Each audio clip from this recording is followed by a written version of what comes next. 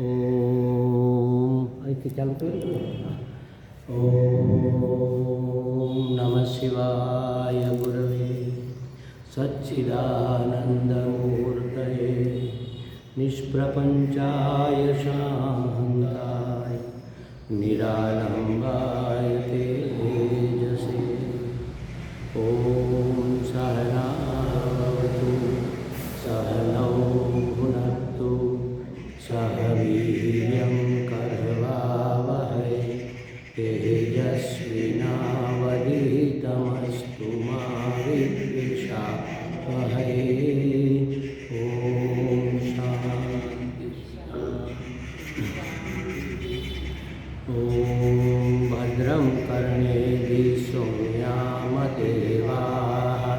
भद्रं पश्येमाक्षभिर्यजत्राः स्थिरैरङ्गैस्तुष्ट्वागुंसस्तनूभिः व्यशेम देवहितं यदायुः स्वस्ति न इन्द्रो वृद्धश्रवाः स्वस्ति नः पूषा विश्ववेदाः स्वस्ति नस्तार्क्ष्यो अरिष्टनेमिः स्वस्ति नो बृहस्पतिर्दधातु।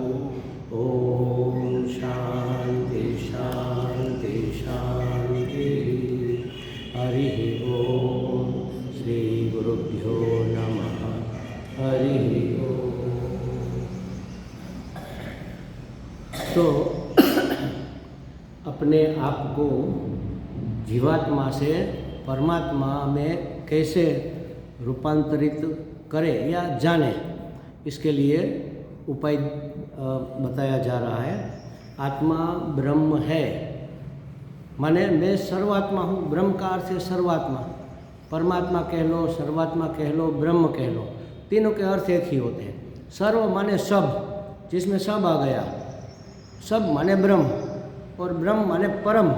परम उसी को कहते हैं कि जैसे समझो हम तुलना करते हैं ना, बहुत बड़ा हाथी, हम ऐसा कहते हैं बहुत बड़ा हाथी आज हमारे गांव में आया था। तो चाहे कितना भी बड़ा हो, पहाड़ जितना बड़ा तो नहीं हो सकता, तो किसकी अपेक्षा से बड़ा? और हाथियों की अपेक्षा से बड़ा। आज बहुत बड़ा चूहा मेरे घर में निकला, चाहे कितना भी बड़ा हो, कुत्ते जितना बड़ा तो नहीं हो सकता।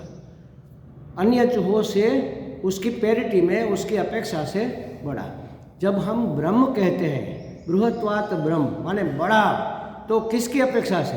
निरपेक्ष बड़ा, किसी की तुलना में नहीं, सबसे बड़ा, जिससे बड़ा कोई हो ही नहीं सकता, जिसकी कोई उपमा नहीं दी जा सकती। इसी का नाम है ब्रह्म। इसी को कहते परम।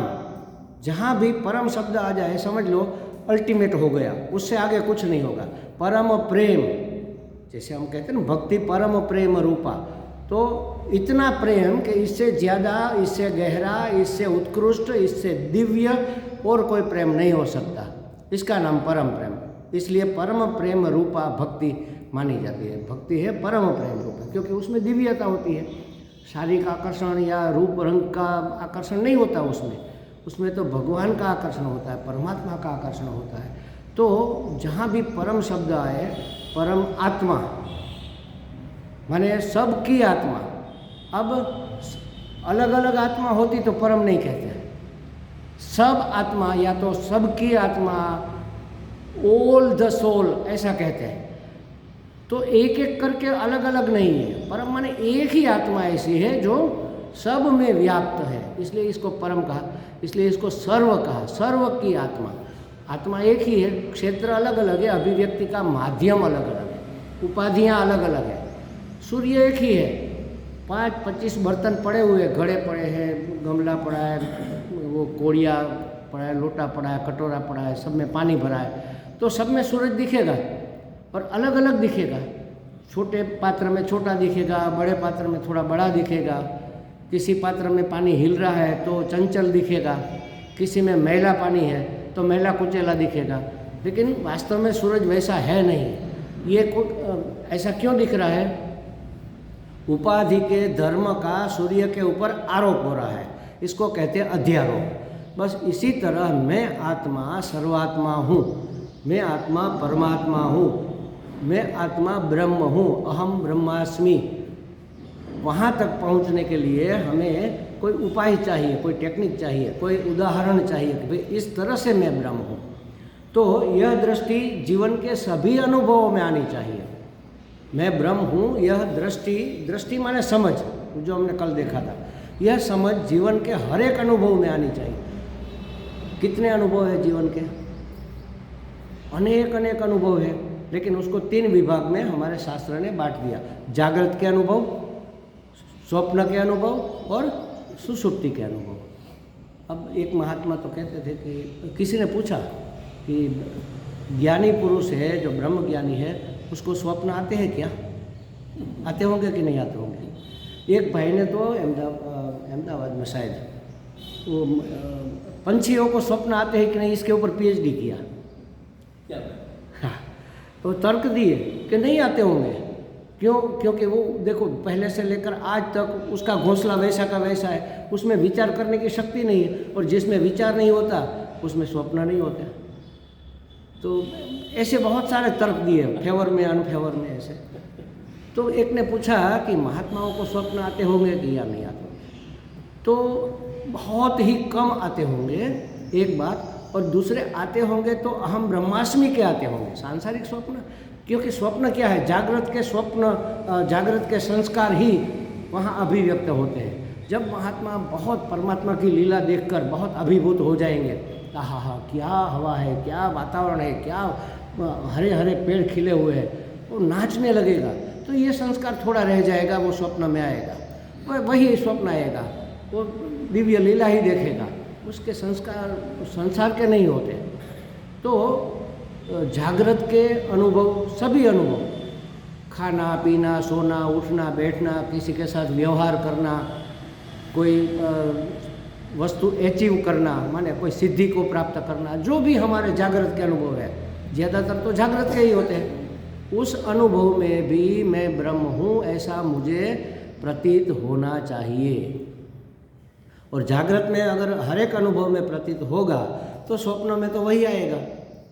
और सुषुप्ति में वहाँ तो अज्ञान का अंधकार रहता है, तो जागने के बाद उसको पता चलेगा कि मैं तो ब्रह्म ही था और ब्रह्म ही हूँ, मैं अपने आप से मिलकर आया।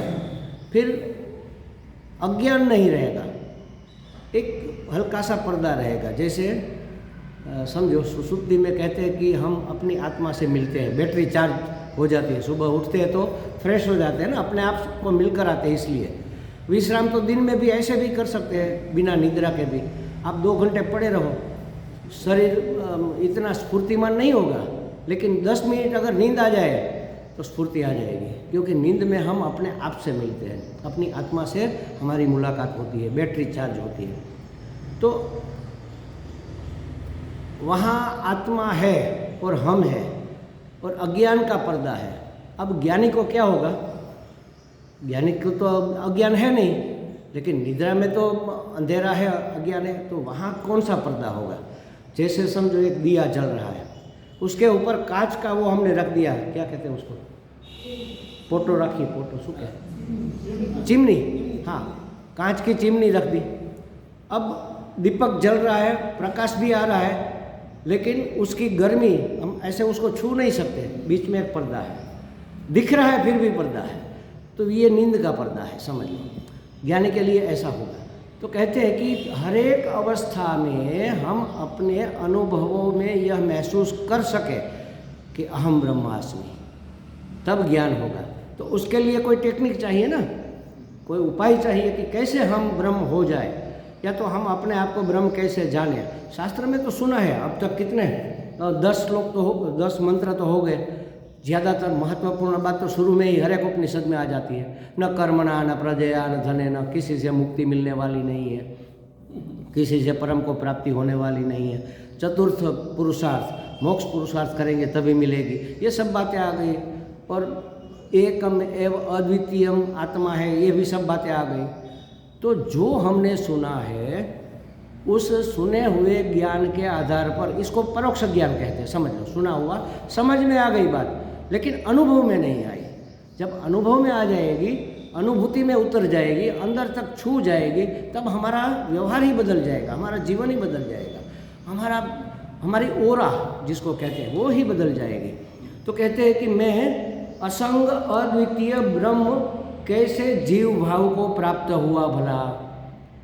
इस प्रकार से हमें युक्ति से जो अपने अनुभव है उसको मनन करना चाहिए, मंथन करना चाहिए।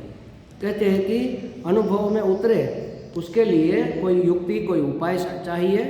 हमें किसी भी उपाय से यह जानना है कि असंग और अद्वितीय ब्रह्म। अब देखो, हर एक शब्द बिना मतलब के नहीं आता शास्त्र में।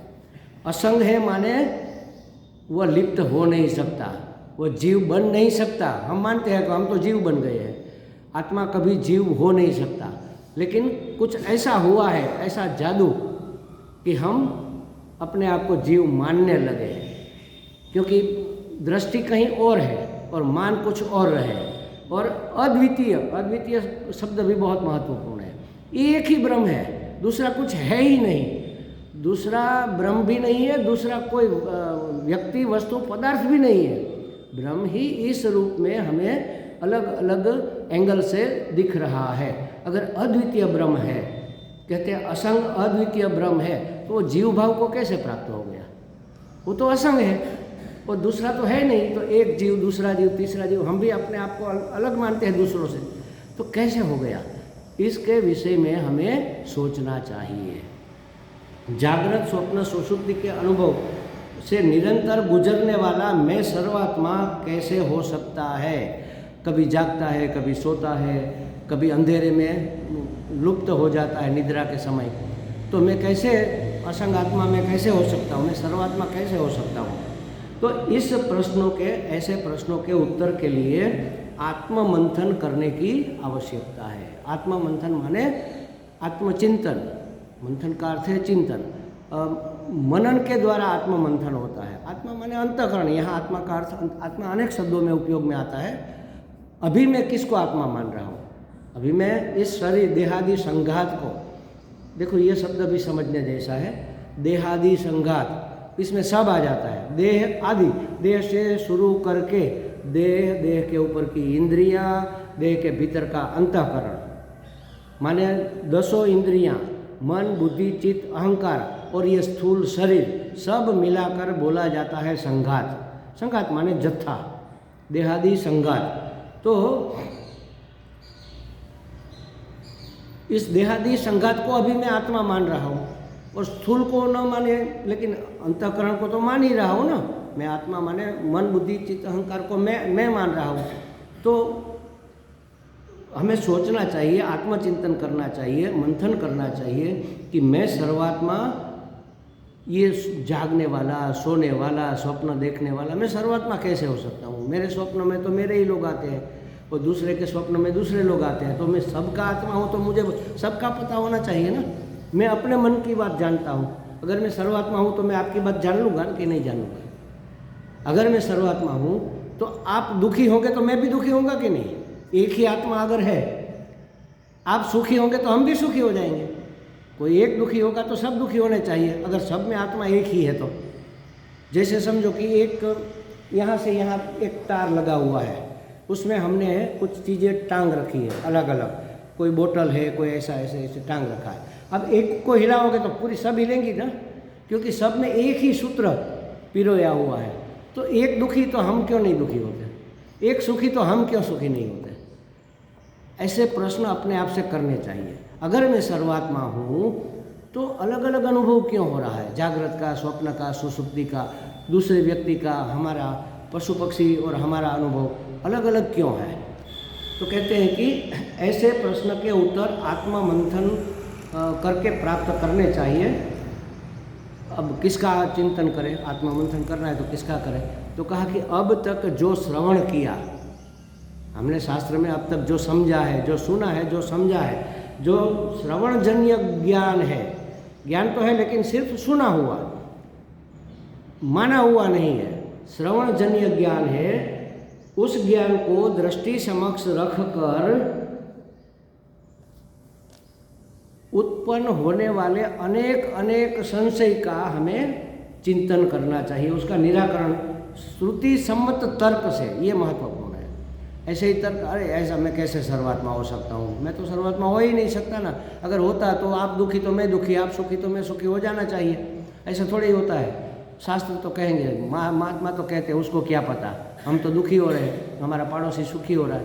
ऐसे कुतर्क नहीं करना है, विरोध नहीं करना है, सुतर्क करना है कि शास्त्र ने कहा, संतों ने कहा, अनुभूति भी है सबकी, श्रुति भी कहती है, माने श्रुति स्मृति अनुभूति और युक्ति से भी पता चलता है कि हाँ आत्मा सर्वात्मा होना चाहिए, लेकिन मुझे क्यों समझ में नहीं आ रहा। तो कौन सी युक्ति में लड़ाऊँ, कौन सा उपाय करूँ कि मैं भी ये चीज़ समझ जाऊँ। तो शास्त्र से उसके अर्थ, उसका उपाय ढूंढना चाहिए, अपना प्रयत्न करना चाहिए। और प्रयत्न करने के बाद भी अगर सफलता न मिले तब गुरु से पूछना चाहिए। हम क्या करते हैं, मैंने अपने अध्यात्म परिषद में लोगों को कहा, वो कई बार कहता हूँ कि भाई आपका जो भी प्रश्न है ना, पहले आप उसको सोचो कि प्रश्न क्या है, फिर उसको लिखो। लिखोगे आधा प्रश्न अपने आप सोल्व हो जाएगा, क्योंकि स्पष्टता हो गई ना, वास्तव में प्रश्न क्या है इसकी स्पष्टता ही नहीं होती। अब उस लिखे हुए प्रश्न के उत्तर को शास्त्र में से खोजने का प्रयत्न करो। सभी शास्त्र आप नहीं पढ़ सकते, आप एक गीता जी ही पढ़ो, उसमें ज़्यादातर प्रश्नों के उत्तर आ जाते हैं, तो उसमें देखो, वहाँ भी अगर आपको उत्तर नहीं मिले तब पूछो। ऐसा करने की आवश्यकता क्या है, सीधा पूछ लेने में क्या वांधा है भाई, क्या हर्ज है। तो आतुरता नहीं बनती, इसलिए जवाब हमें इफेक्ट नहीं करता। हमने ढूंढा, हमें नहीं मिला, हमने चिंतन किया, हमें समझ में नहीं आया, हमने पुस्तकों में देखा, नहीं बात बनी, तब हमने गुरु जी से पूछा और तब वो जवाब देंगे, वो हमारे अंदर भीतर तक जाएगा। ऐसे ही सीधा पूछ लिया कि महाराज ऐसा कैसे हो सकता है, तो कैसे हो, ठीक है चलो होगा, मान लिया, वो अंदर नहीं उतरता ना। बहुत बातें सुनी है, बहुत प्रश्नों के उत्तर भी सुने हैं, हमें छू नहीं क्यों रहे, क्योंकि वो हमारे, इसको कहते हैं इंग्लिश में बर्निंग क्वेश्चन। ये बर्निंग क्वेश्चन नहीं है, सड़कती समस्या नहीं अपना माटे। अगर ये सुलझी हुई मतलब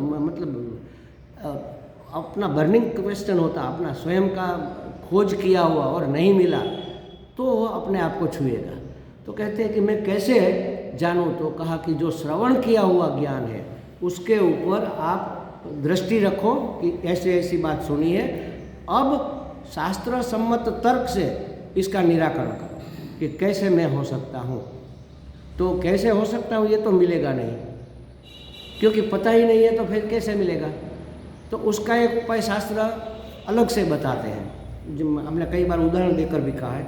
समझो कि ये पेन है, ये ब्लैक पेन है, इसके अंदर रिफिल भी ब्लैक है। अब दूसरा पेन एक ब्लू कलर का है, उसके अंदर रिफिल भी ब्लू है, और तीसरा लाल कलर का है, उसके अंदर रिफिल भी लाल है, और चौथा हरे कलर का है, और उसके अंदर रिफिल भी ग्रीन कलर की है।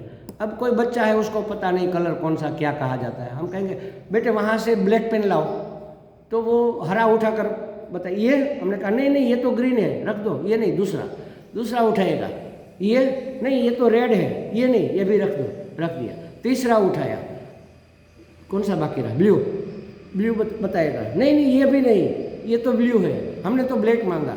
अब चौथा पूछना पड़ेगा, 4 ही तो है, 3 नहीं है, मतलब चौथा तो वही है। तो जो चीज़ें हमें आत्मा लगती है, मैं लगता है, उसको निकाल दो एक के बाद। मनोबुद्धि अहंकार चित्तानि नाहम, मन में नहीं हूँ, बुद्धि में नहीं हूँ, चित्त में नहीं। सिर्फ कहना नहीं है, कैसे नहीं हूँ, क्योंकि मैं तो हमेशा रहता हूँ ना, मन तो बदलता रहता है, मैं नहीं बदला आज तक नहीं। पहले तो ये स्थूल शरीर में नहीं हूँ, समझो, इसका निराकरण करो कि मैं स्थूल शरीर तो हूँ ही नहीं, क्योंकि बचपन का शरीर अलग था, वो तो चला गया, लेकिन मैं तो नहीं गया। जवानी का शरीर अलग था, आधी उम्र चली गई, लेकिन मैं तो पूरा का पूरा हूँ और वही का वही हूँ। अगर वही नहीं होता तो मुझे अब तक कैसे याद रहता कि मैं बचपन में था, जवानी में था।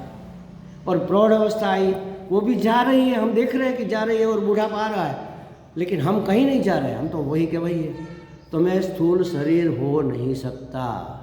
अब सूक्ष्म शरीर, फिर इंद्रियां ले लो, हम कहते हैं कि मैं आँख नहीं हूँ, तो आँख में तो कभी प्रबलता होती है, कभी वीकनेस होती है, उसको कहते हैं आंध्य मांद्य।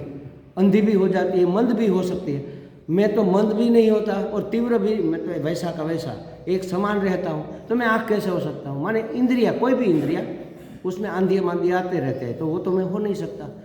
अब मैं मन हूँ क्या? हाँ, मन हो सकता है। कैसे मैं मन हूँ? मन तो एक क्षण भी स्थिर नहीं रहता।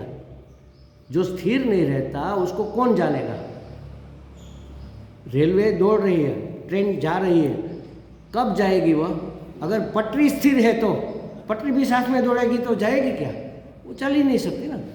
जैसे वो कसरत के लिए रखते हैं ना, माता जी ने रखा था वो, और क्या कहते हैं, ट्रेडमिल, उसके ऊपर आप दौड़ो, कहाँ पहुँचेंगे? पूरा दिन दौड़ते रहो, कहीं नहीं पहुँचेंगे, वहीं के वहीं रहेंगे, गति ही नहीं होगी ना।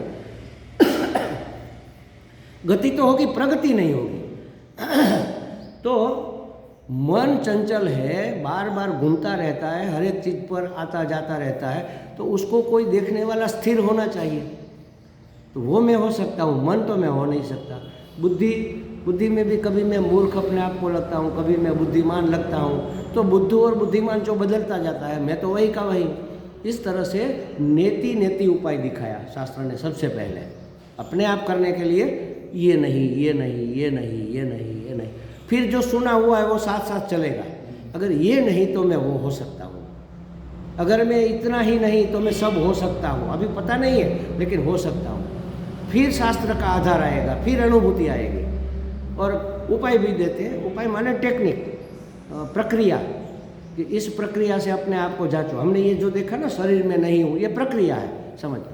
तो इस प्रक्रिया से एक के बाद एक के बाद एक के बाद अनेक प्रक्रिया है और अनेक विवेक। प्रक्रिया विवेक के लिए ही होती है, जड़ चेतन विवेक, सत असत विवेक।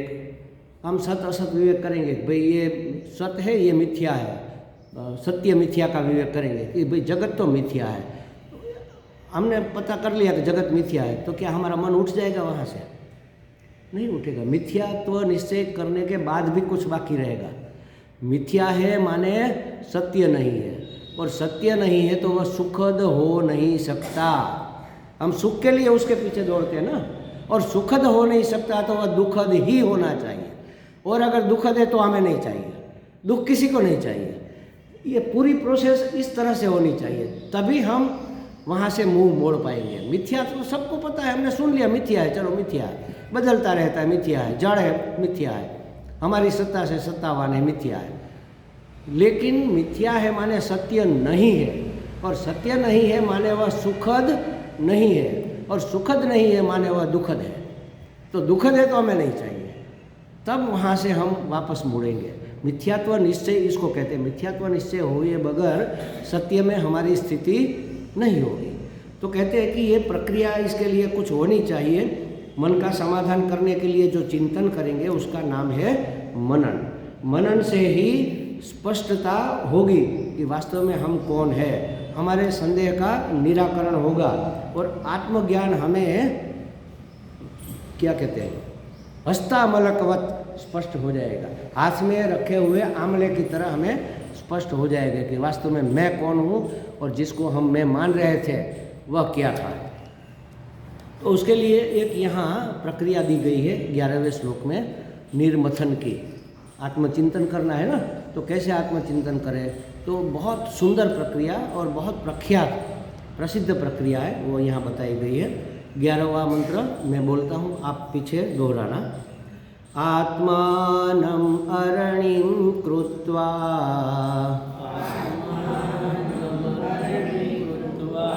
प्रणवं चोत्तरारणिं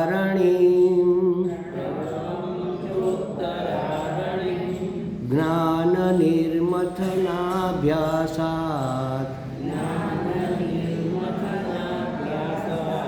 पाशं दहति पंडितः। देखो क्या कहा। एक तो पहले ये मैं बता दूं कि यह मंत्र सीधा भी हम शुरू कर सकते थे, इतनी लंबी भूमिका हमने क्यों की? क्योंकि इसका वास्तव में उपयोग क्या है, ये कैसे फलीभूत बने हमारे लिए, ये समझना, स्पष्ट करना बहुत आवश्यक है। कोई भी समझो, कोई भी विषय की जब शुरुआत होती है ना, तो पहले कोई भी महात्मा या कोई किसी भी पुस्तक में प्रस्तावना होती है। तो पहला क्लास जैसे ही समझो कि कोई नया विषय शुरू किया तो प्रस्तावना होती है। वो किस लिए होती है कि जिस विषय को पढ़ने हम जा रहे हैं, समझने हम जा रहे हैं, वह कितना महत्वपूर्ण है, वो कैसे हमारे जीवन में उपयोगी है, वह कैसे हमारी समस्याओं का समाधान कर सकता है। सिर्फ माहिती नहीं है कि ये इतना बड़ा महान है और वहाँ पर लिखा है, यहाँ पर लिखा, इसको क्या करना है, जिसकी समस्या है उसको तो ये चाहिए ही नहीं ना, उसको कैसे उपयोगी है ये बताना, इसका नाम प्रस्तावना है। तो इस श्लोक की स्पेशल प्रस्तावना हमने इसलिए की क्योंकि ये बहुत महत्वपूर्ण मंत्र है। ये बहुत महत्वपूर्ण मंत्र है। ये प्रक्रिया हमें करनी है अपने आप को ब्रह्म सिद्ध करने के लिए, ब्रह्म में स्थापित होने के लिए। अब तक जो ज्ञान सुना है उस ज्ञान का मंथन, मनोमंथन माने मनन कैसे करना है, ये प्रक्रिया यहाँ बताई जाएगी। तो कहा कि आत्मानम अरणिम कृत्वा च प्रणवम उत्तरारणिम, आत्मा को अरणी बना दो और प्रणव को उत्तर अरणी। अरणी कल हमने बात की थी, अरणी माने अग्नि प्रकट करने का एक साधन। यज्ञ के लिए जो अग्नि प्रकट करते हैं वो अरणी मंथन करके करते हैं। अरणी को घुमाकर 2 लकड़े के टुकड़े होते हैं, ऊपर नीचे, बीच में एक डंडा होता है, उसको ऊपर से कोई दबाता है और लोग यहाँ से इसका मंथन करते, जैसे बिलोना करते हैं ना, वो छाछ बनाने का, मथने का, उसी तरह वहाँ रुई रखते हैं, उसमें से अग्नि प्रकट होकर रुई पकड़ लेती है, फिर यज्ञ कुंड में रखकर उसको ऐसे हवा देकर जला देते हैं। तो आत्मानम अरणिम कृत्वा, और आगे कहा च प्रणवम उत्तरारणिम, प्रणव को उत्तरारणी, आत्मा को कौन सी कहा, नहीं कहा। अब मैं कहूँ कि इस पेन को राइट साइड में रख दो, तो इसका मतलब है दूसरा लेफ्ट साइड में होगा, ये कहने की आवश्यकता नहीं है ना। आत्मानम अरणिम कृत्वा, आत्मा को अरणी बना दो और प्रणव को ऊपर की अरणी बना दो, तो नीचे की अरणी आत्मा हो गया। आत्मा माने अंतःकरण, जीव, नीचे मैं रहूं, ऊपर परमात्मा रहे, और बीच में विचार रूपी दंड, उसका मंथन करेंगे। कौन सा विचार, शास्त्र विचार, अब तक जो सुना है वही। तो आत्मानम अरणिम कृत्वा प्रणवम च उत्तरारणिम, आत्मा को ऊपर की अरणी, आत्मा माने अहंकार, अहंकार को नीचे की अरणी और प्रणव को उत्तरारणी, ऊपर की अरणी बना करके ज्ञान निर्मथनम अभ्यासात, ज्ञान के चिंतन रूप निर्मथन से, मंथन के अभ्यास से, एक बार नहीं बार बार। अभ्यास का मतलब ही होता है रिपीटेशन, बार बार करना पड़ेगा, एक बार करने से नहीं होगा, करते ही रहो। डेली ये करना है, डेली निधिध्यासन करना है, डेली मनन करना है, डेली श्रवण करना है। ये तीनों साधन हमेशा करने के लिए कहते हैं ना, पुनः पुनः श्रवण कुरिया, बार बार सुनो। और शास्त्र में तो ऐसा कहा है कि एक बार सुना हुआ 100 बार सोचो। अब 1 घंटा आपने सुना, अब कितने घंटे सोचना पड़ेगा, 100 गुना उसका मनन करो, और मनन किया उससे 1000 गुना निधिध्यासन करो, उससे भी 1000 गुना। मतलब क्या हुआ, पूरे दिन उसी चिंतन में रहो तब ज्ञान होगा। हम कहते हैं महाराज जी हम तो इतने साल से सुन रहे हैं, हमें कुछ ज्ञान नहीं हो रहा। 1 घंटा सुनते हैं और 23 घंटा तो संसार में रमण करते हैं, कैसे ज्ञान होगा। महाराज माया बड़ी बड़ी ठगिनी है। एक क्षण भी, एक लीकेज थोड़ा भी आपने छोड़ दिया ना, घुस जाएगी, अंदर घुस जाएगी जरा भी, और ऐसे घुसेगी पता भी नहीं चलेगा पीछे के दरवाजे से कहाँ से आ गई। मैंने एक उदाहरण दिया था, शायद आपको याद होगा।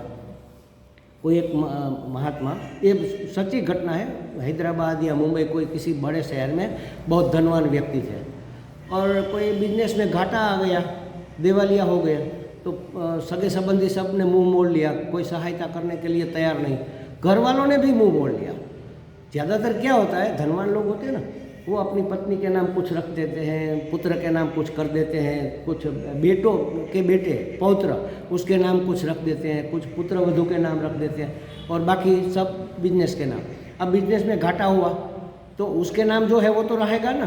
तो उसने मांगा कि भाई आपके पास आपके नाम का है, तो कि नहीं हम तो नहीं देंगे, आप जानो और आपका काम जाने। अरे उसको तो वैराग्य हो गया, अरे ये बस सब स्वार्थ के संगे, आप तो भिखारी हो गए, हम भिखारी होकर हम क्या करेंगे, नहीं नहीं आप अपना कर लो। किसी ने साथ नहीं दिया, परिवार ने भी नहीं दिया, तो उसको तो लग गई कि अरे ये संसार काम का नहीं है। रात को निकल गया एक पत्र लिखकर कि मैं जा रहा हूँ, मुझे कोई ढूंढेगा नहीं। एक जोड़ी कपड़ा लिया, एक पेन नोट लिया, एक थैला लटका कर भागे। हमारे यहाँ भागते हैं, हमारे यहाँ से तो कहाँ जाएंगे, गिरनार जाएंगे, और बाकी कहीं से भागेंगे तो हरिद्वार जाएंगे।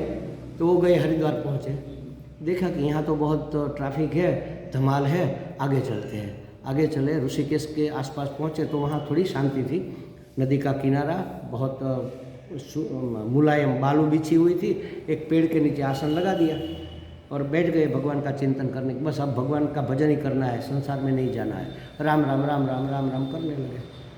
और अब भूख लगी, क्या करें, तो पता चला कि यहाँ तो वो चल रहा है अन्न क्षेत्र, तो वहाँ जाके भिक्षा मांग ली, भोजन कर लिया, फिर बैठ गए। 1 दिन 2 दिन 3 दिन, चौथे दिन जब भिक्षा मांग कर आ रहे थे तो देखा कि उसकी जगह पर और कोई बैठा है। तो उसने कहा कि महाराज जी ये तो मेरी जगह है। तो उसने कहा ठीक, सॉरी मुझे पता नहीं था। उसने कहा नहीं आप बैठो बैठो। उसको याद आया कि अब 2 दिन 3 दिन बैठा और ये मेरा हो गया। देखो, मैं मेरा छोड़कर तो मैं आया, ये माया कैसे घुस जाती है। सिर्फ 2 दिन बैठे, 3 दिन बैठे और ये जगह मेरी हो गई। ये माया है।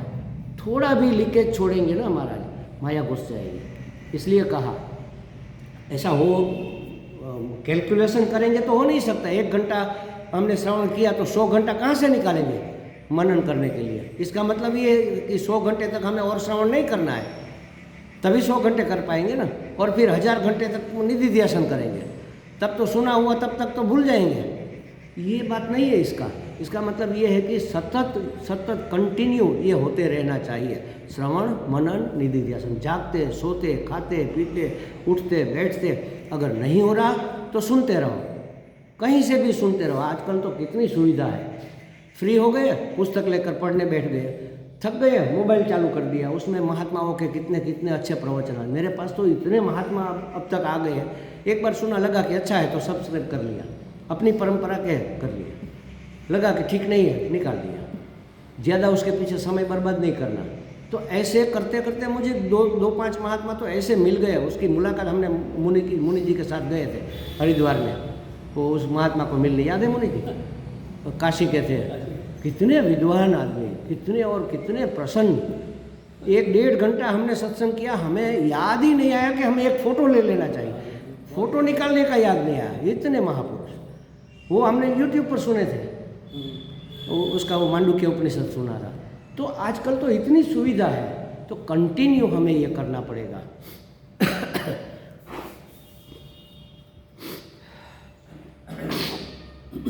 आत्मानम अरणिम कृत्वा प्रणवम च उत्तरारणिम। और ज्ञान निर्मथन अभ्यासात, ज्ञान के निर्मथन के अभ्यास